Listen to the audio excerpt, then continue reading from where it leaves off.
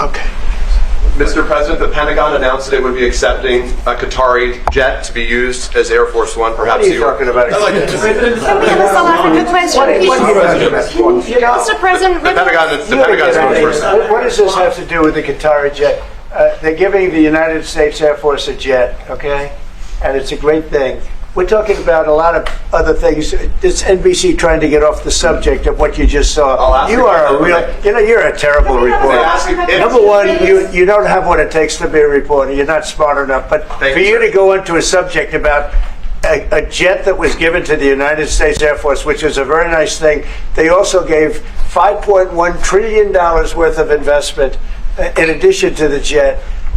Go back, you ought to go back to your studio at NBC, because Brian Roberts and the people that run that place, they ought to be investigated. They are so terrible the way you run that network, and you're a disgrace. No more questions from me. Go ahead.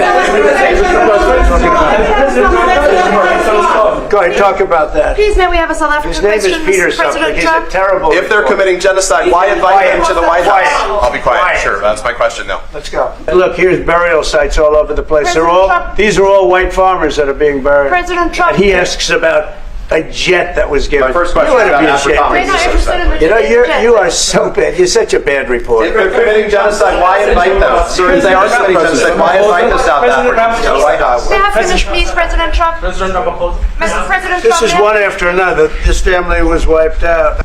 You know, I mean, we're here to talk about it, and I didn't know we'd get involved here. But I will say this, that if the news wasn't fake, like NBC, which is fake news, totally, one of the worst, ABC, NBC, CBS, horrible. But if they weren't fake news like this jerk that we have here, if we had real reporters, they'd be covering it. But the fake news in this country doesn't talk about that.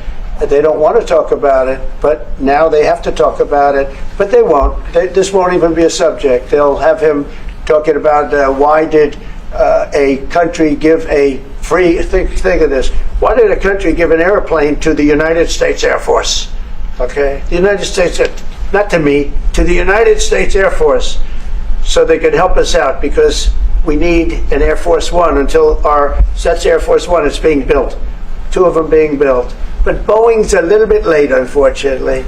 So why did they give us a plane to the United States Air Force? That's what that idiot talks about after viewing a thing where thousands of people are dead. I have a great feeling for South Africa because I have friends. I have a couple of friends, a few friends here today.